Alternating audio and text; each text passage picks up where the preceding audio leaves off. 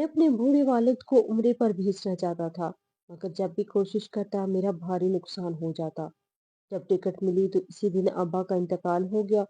लोगों ने कहा कि तेरा बाप गुनहगार था, इसलिए उम्रा नसीब नहीं हुआ।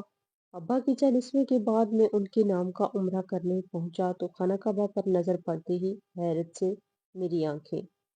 रात 12:30 बजे का वक्त था जब मैंने अपने घर में हलचल महसूस की। खटके की आवाज से मेरी आंख खुल गई थी और मैं सोचने लगा कि या अल्लाह खैर हो, कहीं घर में चोर ही ना घुस आए हो।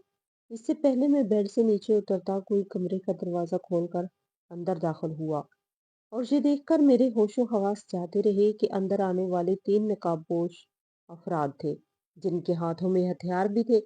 मेरा शक सही था, वो घर लूटने आए थे। मेरी बीवी ने इन्हें देखकर चीख मारी तो इसने हमें धमकी दी कि अगर आवाज निकाली तो अच्छा नहीं होगा। उन्होंने हम सब घर वालों को एक ही कमरे में बंद कर दिया था। मेरे बच्चे सहम गए थे। हम मिडिल क्लास लोग थे, 2 वक्त की रोटी खाने वाले। ऐसे में हमारे घर जो चोरों का घुस आना समझ से भला तर था। नकदी और जेवर बैंक के लॉकर में था और कैश में रखता नहीं था घर में। लेकिन मैं ये सोचकर पसीने में भीग गया कि मैंने अब्बा की उम्र के लिए जो पैसे संभाल रखे हैं कहीं वो इन चोरों की नजरों में ना आ जाए। इन पैसों के अलावा तो घर में फूटी कौड़ी भी नहीं थी। मैं दिल ही दिल में दुआएं करने लगा, लेकिन सब दुआएं कहाँ कबूल होती हैं। आखिर एक चोर ने अलमारी के निचले खाने से एक शॉपर में लिपटे वो पैसे निकाल ही लिए जो मैं अब्बा की उम्र पर जाने के लिए आज ही लाकर से लाए थे। वो चोर जैसे यही लेने आए थे, उन्होंने पैसे पकड़े और खुशी खुशी घर से निकल गए। अगला दिन बहुत ही ज्यादा तकलीफदार था मुझे। जब अब्बा मुझसे पूछने आए कि हाँ भाई बताओ, तुमने मेरे उम्रे की टिकट के लिए पैसे रखे थे तो क्या तुमने टिकट करवा दी? और मैं शर्म के मारे इनसे नजर न मिला पाया कि इनको क्या कहूँ कि इनका बेटा ये ख्वाहिश ही नहीं पूरी कर पा रहा कि वो उम्रे पे चले जाए। अब्बा की बात सुनकर मेरी बीवी ने मुझे देखा और मेरा झुका हुआ सर देखकर इसको गुस्सा आ गया। तेज लहजे में मेरे बाप से कहने लगी, अब्बा जी मेरा ख्याल है आप उम्रे पर जाने का ख्याल दिल से ही निकाल दें। हर बार जब भी हम आपकी उम्र पर जाने के लिए पैसे जोड़ते हैं तो हमारे साथ कुछ ना कुछ बुरा हो जाता है, नुकसान ही हो जाता है। आपके नसीब में उम्र है ही नहीं।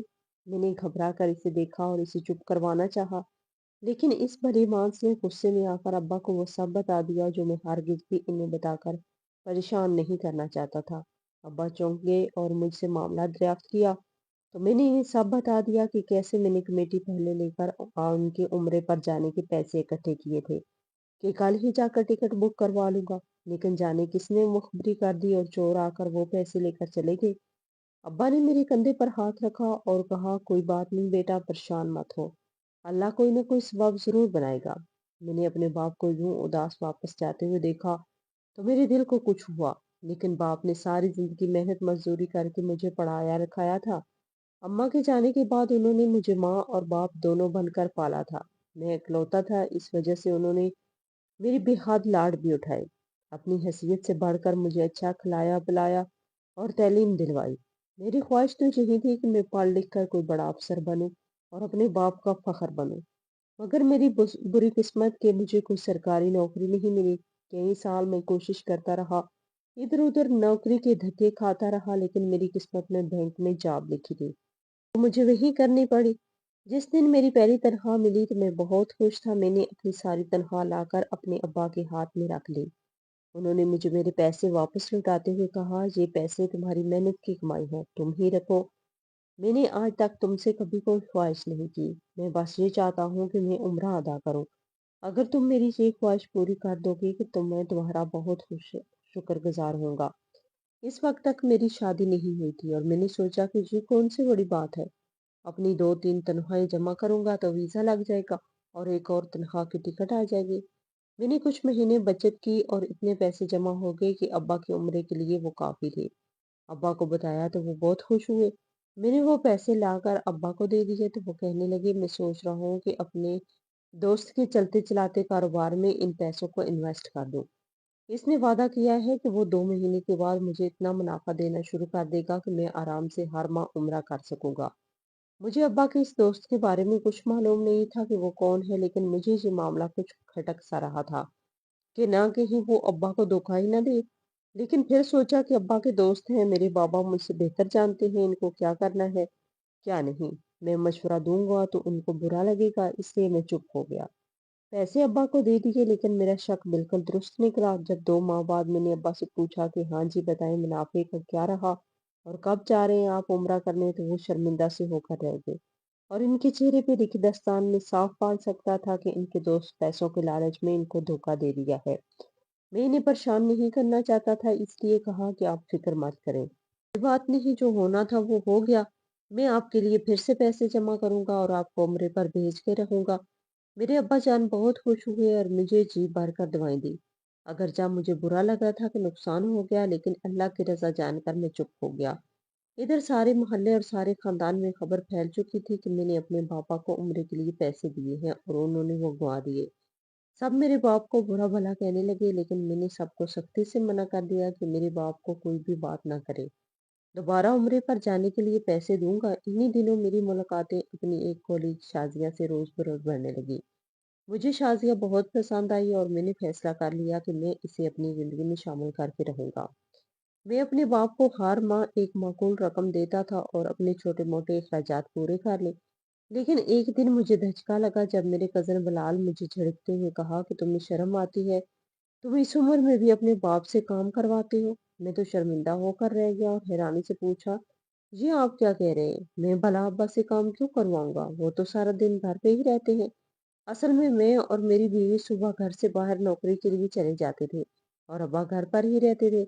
इसलिए मुझे नहीं मालूम था कि मेरी पीठ पीछे वो क्या कर रहे हैं। मेरा कजन बलाल मुझे कहने लगा, मैंने चचा को देखा था, वो एक फैक्ट्री में मुंशी का काम कर रहे थे। मुझे ये सुनकर बिल्कुल अच्छा नहीं लगा कि मेरा बाप इस उम्र में मेहनत मजदूरी कर रहा है। मैं सोचने लगा कि आखिर मैंने कहाँ कमी रखी थी जो वो इस तरह मजबूर हो गए। फिर अचानक मेरे जहन में आया कि अब्बा ने उम्रे पे जाने की बहुत ख्वाहिश की, तो मैं अपनी शादी के बाद भूल ही गया था। इसीलिए हो सकता है कि वो खुद अपने तौर पर उम्रे पर जाने के लिए पैसे इकट्ठे कर रहे हों। मैं बहुत नादम हो गया और मैं अपने बाप की इतनी बड़ी ख्वाहिश कैसे भूल सकता हूँ। खैर, मुझे इतना मसला नहीं था क्योंकि अब मेरी बीवी भी कमाती थी। लेकिन फिर भी जिस तरह महंगाई हो गई थी, उम्रे के लिए अच्छे खासे पैसे निकालना नामुमकिन नहीं तो मुश्किल जरूर था। लेकिन मैंने भी ये ठान लिया था कि ये करके रहूंगा। आखिर बड़ी मुश्किलों से बचत की और दूसरी बार अब्बा के लिए पैसे इकट्ठे किए। इस बार मैं पैसे अपने एक दोस्त को दिए, वो अब्बा का वीजा और टिकट की इंतजाम वगैरह कर दे। लेकिन इस बार भी शायद किस्मत में नहीं था। वो मुझे कभी कुछ कहता और कभी कुछ, कभी कहता टिकट नहीं मिल रही, कभी कहता वीजा नहीं लग रहा। और इस तरह के सौ बहाने। तंग आकर मैंने इससे कहा कि वो मुझे मेरे पैसे वापस कर दे। तो वो कहने लगा, मैं भेज दूंगा, अभी मुझसे इस्तेमाल हो गए हैं। मैं तो सर पकड़ कर ही रह गया कि खुदाया ये कैसी आजमाइश है। मैं तो अपने बाप का भला सोच रहा हूँ, इसकी दरीना ख्वाहिश पूरी करने के इंतजाम कर रहा हूँ, लेकिन हर बार नुकसान ही हो रहा है।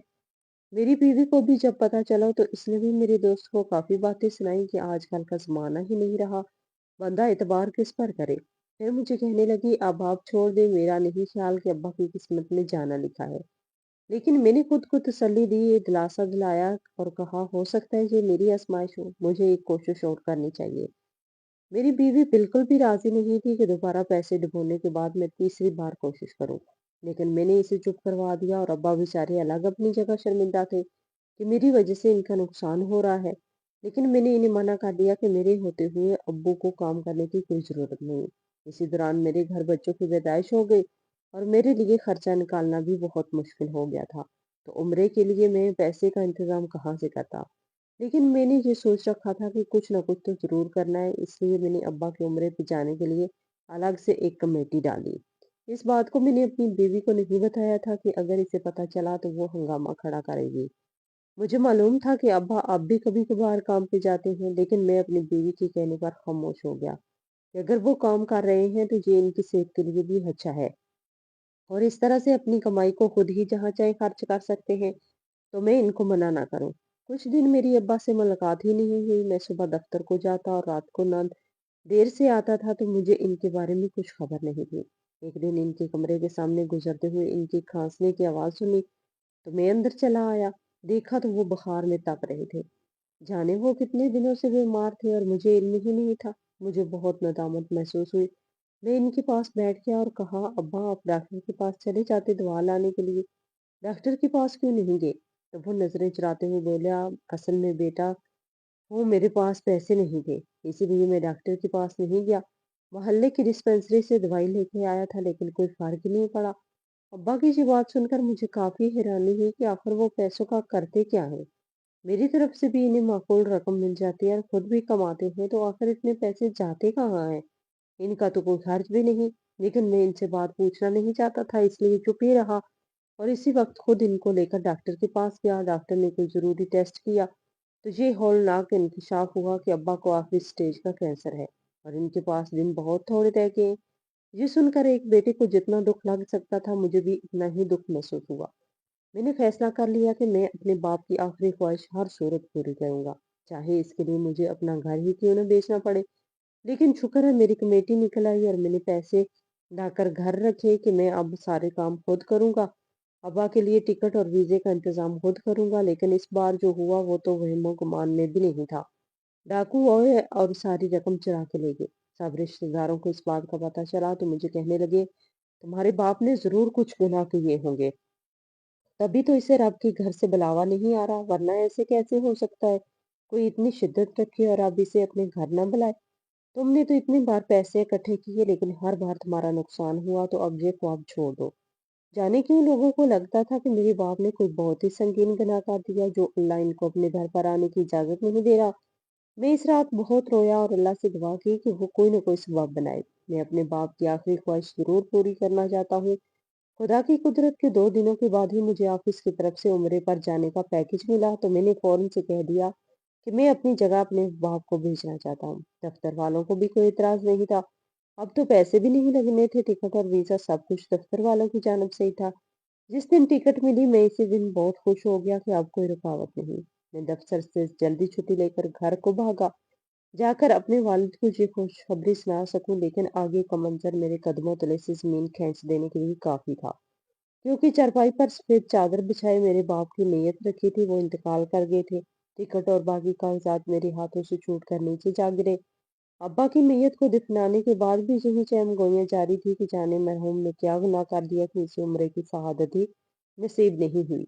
यही ख्वाहिश दिल में लिया बेचारा मिट्टी तले दफन हो गया। अपने बाप के बारे में ऐसी बातें मुझसे बर्दाश्त ना हुई तो मैंने एक शख्स का गर्दन पकड़ लिया और कहा, तुम मेरे बाप के बारे में ऐसी बातें क्यों कर रहे हो? कहने लगा, मुझे से क्या पूछते हो? सारे मोहल्ले से पूछ लो कि तुम्हारे बाप का चाल चलन कैसा था। तुम मियाँ बीवी तो सारा दिन दफ्तर में गुजार कर रात को वापस आते थे। तुम्हें क्या पता था कि तुम्हारा बाप तुम्हारी पीठ पीछे क्या गुलगुलाता रहता है? हमने कई बार कुछ 2-3 जवान लड़कियों को तुम्हारे घर आते देखा था। तुम्हारे बाप से पूछा तो उल्टा हम पर ही नाराज होने लगा कि हम इस मामले में मुदाखलत करने वाले कौन होते हैं। अगर वो नहीं आती थी तो वो खुद ही इनके घर चला जाता था। ये बातें सुनकर तो मेरा दिमाग माउफ होकर रह गया। और सब मुझे क्यों नहीं पता था? मेरी गैर मौजूदगी में मेरे घर कौन सी औरतें आती हैं? इतने में दरवाजे से कुछ औरतें बाहर निकली तो एक मोहल्ले वाला कहने लगा, यही औरतें जो अभी अभी बाहर निकली हैं तुम्हारे घर मौजूदगी में अक्सर तुम्हारे घर आती थी और ये आना जाना कई सालों से जारी था। हमें तो लगा था कि तुम सब जानते होगे, लेकिन अपने बाप की इज्जत और मरब्बत में खामोश रहते हो। मैं भाग कर इन औरतों के पीछे जाना चाहता था लेकिन इतने मेहमानों की मौजूदगी में ये मुनासिब नहीं था, इसीलिए रुक गया। मैंने इनका चेहरा नजरों में रख लिया ताकि मैं अगर कल परसों या जब कभी मुझे वो अपने आस पास दिखे तो मैं इनसे इस बारे में जरूर सवाल करूंगा, क्योंकि वो अजनबी औरतें थी और हम में से कोई भी इन्हें नहीं जानता था। अगले दिन मैंने एक मोहल्लेदार से इन औरतों का एड्रेस पूछा तो वो कहने लगा कि किसी को नहीं पता कि वो औरतें कहाँ से आती हैं और कहाँ जाती हैं। लेकिन मैंने एक दिन तजस्सुस में आकर इनका पीछा किया और मुझे इनके घर का मालूम है। चलो मैं तुम्हें ले चलता हूँ। मैं इसके साथ बस्ती से काफी दूर एक कच्चे इलाके में आया और एक कच्चे मकान के दरवाजे पे दस्तक दी तो इन्हीं औरतों ने दरवाजा खोला जिनको कल मैं अपने घर पे देख चुका था। मुझे देखते ही इस औरत का चेहरा सफेद पड़ गया। ये इलाका कच्चा था और जहाँ पर सभी घर कच्चे थे। मुझे इनके दरवाजे पर देखकर इस आसपास के काफी मर्द वहां पर इकट्ठे हो गए और इस औरत से पूछा, ये कौन है? तो इसने कपकपाते हुए लहजे में कहा कि ये गुलाम फरीद का बेटा है। इसके मुंह से अपने बाप का नाम सुनकर चौंक गया कि वो अजनबी औरत मेरे बाप को कैसे जानती है। मैं इस औरत से पूछने ही लगा था कि आप कौन हैं, लेकिन इसने जल्दी से मेरे मुंह पे दरवाजा बंद कर दिया। मैं कुछ न समझते हुए वहां से वापस आ गया। इस औरत और इसकी बेटी का चेहरा जैसे ही मेरे जहन में चिपक के रह गया था। मेरे दिल को सुकून नहीं मिल रहा था, लेकिन कुछ ख्याल आ रहे थे, लेकिन कुछ कभी कुछ। लेकिन मैं अपने मरहूम बाप के बारे में गलत नहीं सोच सकता था, ना ही सुन सकता था। कुछ दिनों के बाद आखिर मैंने फैसला किया कि मैं अपने वालिद की तरफ से उम्रा करूं। सारे इंतजामात किए और इस बार बगैर किसी रुकावट के मैं उम्रे के लिए रवाना हो गया। उम्रे के बाद नफाफल पढ़ने के लिए मैंने खाना काबा की तरफ चला आया। मुझे वहां पर थोड़ी सी जगह खुशकिस्मती से मिल गई, तो मैंने अपने लिए जाए नमाज वहीं पर बिछा लिया।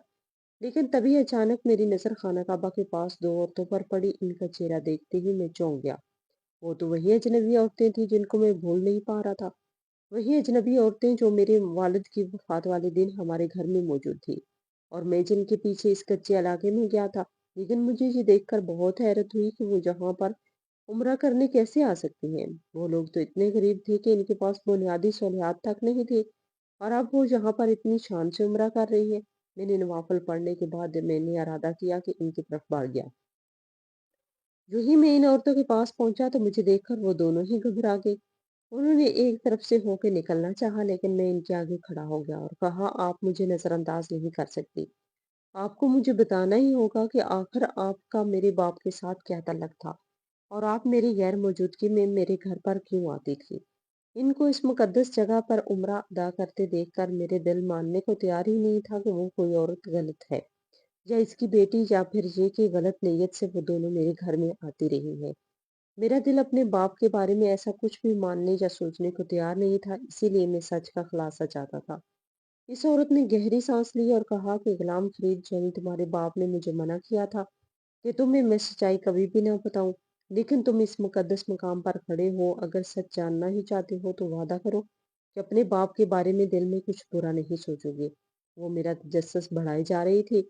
मुझे कहने लगी कि चलो जरा मस्जिद से बाहर जाकर बात करते हैं। मैं तजस्सुस के मारे पूछ ही लिया कि आप यहाँ पर कैसे, तो कहने लगी, हम दोनों ही तुम्हारे बाप की तरफ से उम्रा अदा करने आए हैं। ये सुनकर तो मैं चौकन्ना बनता ही था, और अब तो हकीकत जानना और भी लाज़िम हो गया था कि इन्हें लेकर बाहर आ गया। और एक तरफ पुरसकून जगह पर बैठकर इस औरत ने बताना शुरू किया कि मेरा नाम बुशरा है, एक गरीब घर में आंख खोली, मेरी कोई बड़ी ख्वाहिश नहीं थी। मुझे ये चाहिए या वो चाहिए, बस इतनी सी ख्वाहिश थी कि मेरा शोहर इज़्ज़त करने वाला हो। जब जवान हुई तो अब्बा ने अपने जैसे ही गरीब आदमी के साथ मुझे ब्याह दिया। मैंने कोई इतराज़ नहीं किया। मेरे लिए अपने घर वालों की इज्जत सबसे बढ़कर थी। मुझे गुर्बत पर भी कोई इतराज़ नहीं था, क्योंकि मेरा शौहर मेरी इज्जत करता था और मुझसे बहुत मोहब्बत करता था। हमारी 4 बेटियां पैदा हुई, कोई बेटा नहीं था। गुलाम फरीद मेरे शौहर का दोस्त था, और मेरा शौहर अक्सर इसको घर लेकर आता था। मेरा और मेरी बेटियों को इससे कोई पर्दा नहीं था। वो मेरी बेटियों से भी बहुत प्यार और मोहब्बत से पेश आता। जिंदगी बहुत अच्छे तरीके से गुजर रही थी, लेकिन मेरी किस्मत में अभी मजीद इम्तिहान बाकी थे। एक दिन काम से वापस आते हुए तेज रफ्तार ने मेरे शोहर की जान ले ली। इसी वक्त है कि तुम 4 साल की थी और मेरी बेटी 10 साल की। मेरी तीनों बेटियां तुमसे बड़ी हैं और एक तुमसे छोटी। ये जो मेरे साथ बैठी है, ये सबसे छोटी। मेरे शोहर की ताज़ियत करने तुम्हारी माँ और तुम्हारा बाप और दोनों आए थे, लेकिन जाहिर है मेरे गम का दावा मुमकिन नहीं था। तुम्हारे बाप ने मुझे तसल्ली दी कि वो अपने दोस्त की बेटियों का पूरा ख्याल रखेंगे। कुछ साल तक वो अपनी आमदनी का एक मखसूस हिस्सा हर माह बाकायदगी से हमें पहुंचाते रहे। मेरे घर का निजाम चलने लगा, लेकिन मेरे आस पड़ोस और रिश्तेदारों को ये बात नागवार गुजरती थी। खुद तो हमारी मदद करने को तैयार नहीं होते थे। कैसे हम 5 अफराद का बोझ बांटे, और अगर गुलाम फरीद ये करता तो इन्हें बुरा लगता और नाम नहाद गैरत याद आ जाती। कुछ साल बाद तुम्हारी माँ का भी इंतकाल हो गया, तो लोगों की और बातें मनाने का मौका मिल गया कि वो यहाँ पर मेरी वजह से आता। वो बेचारा कभी कभार आता, मेरी बेटियों का हाल पूछता, इनके सर पर प्यार से हाथ रखता और चला जाता। लेकिन लोगों को ये मंजूर ना था। एक दिन ऐसे ही हमारे घर बैठा मेरी बेटियों से बात कर रहा था कि मोहल्ले वालों और रिश्तेदारों ने दरवाजे पे शोर मचाना शुरू कर दिया। उन्होंने मुझ पर और गुलाम फरीद पर बहुत बुरे इल्जामात लगाए। मेरे किरदार की धज्जियां उड़ा दी। ये देखकर तुम्हारे बाप से बर्दाश्त नहीं हुआ, इसने मुझे इज्जत देने के लिए इसी वक्त मुझसे निकाह कर लिया।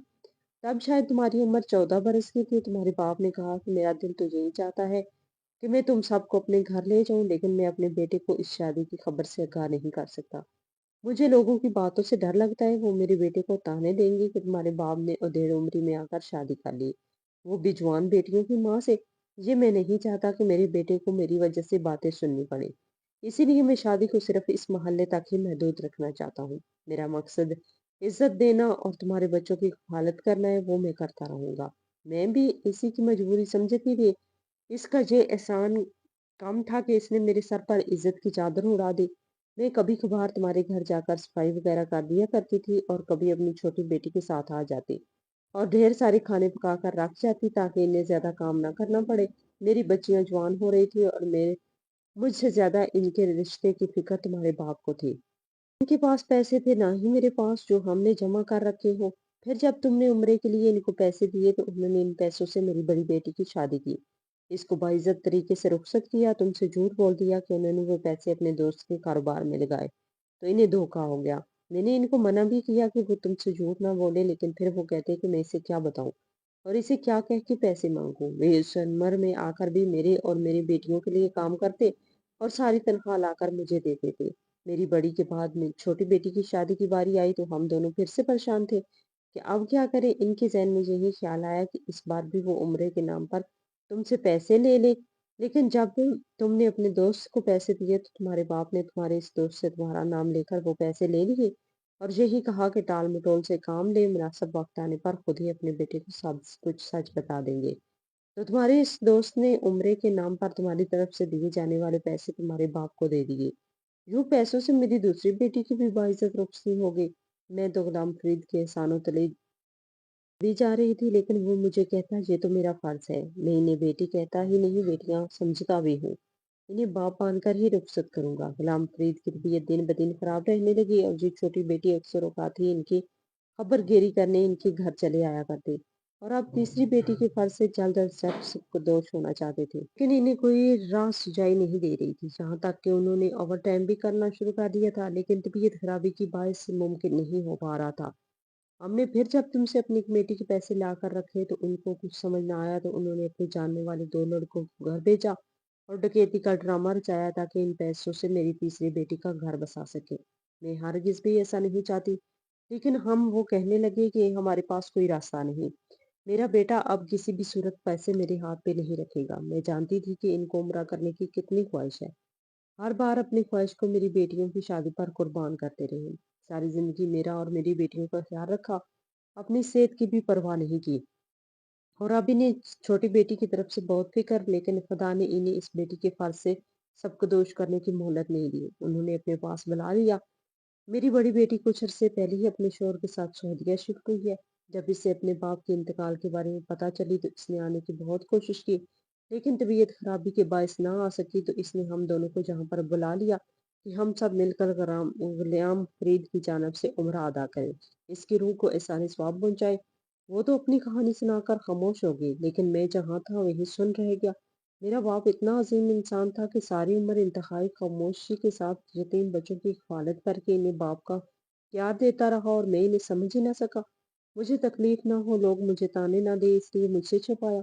उन्होंने कभी मुझे पैसों के लिए परेशान नहीं किया था और उन्होंने जो भी किया वो इनकी मजबूरी थी। हम सब ने मिलकर इनकी तरफ से उम्रा अदा किया और मैंने वापस आकर इन माँ बेटी को अपने घर ले आया। सारी उम्र मेरे बाप ने जो फर्ज अदा किया, अब मेरी बारी थी। मैंने सबसे छोटी बेटी की शादी अपने बलबूते पर की और इसकी बाकी बहनों को भी बुलाया। इन सबको एक भाई का प्यार और आसरा मिला तो वो रोने लगी। मुझे भी एक साथ इतनी सारी बहनें मिल गई। मैं बहुत खुश था। बहन की रुखसती के बाद अम्मा हमारे साथ ही रहने लगी। मेरे बच्चों को दादी मिल गई। हम तो हमसे ज्यादा खुश थे। रह गए वो लोग जो मेरे बाप को बातें करते थे, तो इन्हें अपने मेरे बाप की हकीकत पता चली तो मेरे घर आकर मुझसे माफिया मांग रहे थे। उन्होंने एक अजीम शख्स के ऊपर इतने बहुतान लगाए। जिंदगी में अगर सब कुछ है, माँ है, बहनें, बीवी, बच्ची, माली, आसूदगी सब है, लेकिन बेसुकूनी भी साथ है। और ये बेसुकूनी और बेचैनी तो अब जिंदगी भर का हिस्सा है, क्योंकि बाप की याद हर वक्त आती है। आपसे इल्तमास है कि मेरे बाप की मगफिरत के लिए लाजमी दुआ करें। और आपको मेरी ये कहानी कैसी लगी कमेंट बॉक्स में अपनी राय का इजहार ज़रूर करें। और मज़ीद इस तरह की सबक आमोज़ कहानियाँ सुनने के लिए मेरी वीडियो को लाइक करें, शेयर करें और हमारे चैनल को सब्सक्राइब करें। अल्लाह हाफिज़।